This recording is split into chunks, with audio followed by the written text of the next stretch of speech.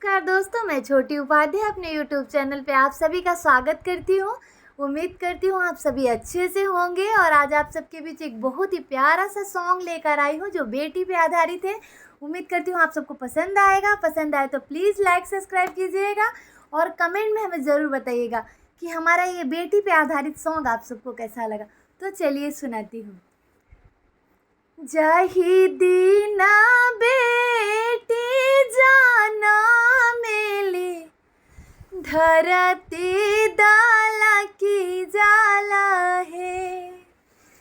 जाहिदी ना बेटी जाना मेली, धरती दाला की जाला है।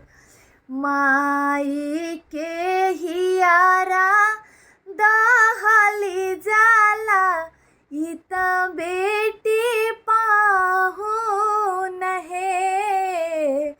माई के जियारा दहली जाला, इत बेटी पाहुन है।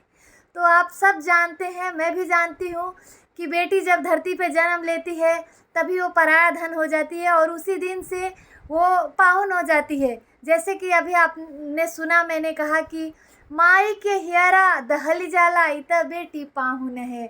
तो इसमें कोई दो राय नहीं है कि बेटी पराया धन होती है। और आप सबको पता है कि जब किसी के घर में बेटी जन्म लेती है तो माहौल कैसा होता है। भले कोई दिखाए ना दिखाए, बताए ना बताए, पर अंदर अंदर तो वो टूट ही जाते हैं कि अरे ये तो बेटी ने जन्म ले लिया हमारे घर पे।